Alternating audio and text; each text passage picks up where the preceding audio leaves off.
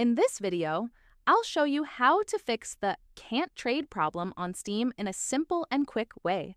First, open Steam on your PC or Mac and log into your account using your username and password.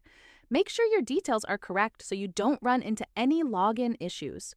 Once you're on the home page, click Steam in the top left corner, then go to Settings. Inside the Settings menu, find and click on the Security section. From there, select Manage Steam Guard.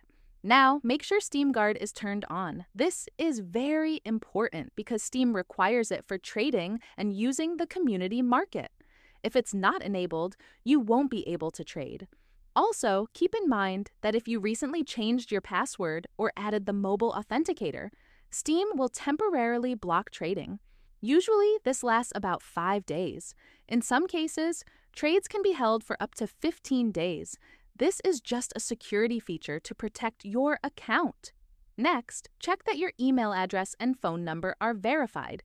This helps confirm that you are the owner of the account and avoids more restrictions. After you've checked everything, close the Steam and open it again. This helps apply any changes you made. And that's it! If you followed all these steps, your trading should be working again. Thanks for watching, and I'll see you in the next one.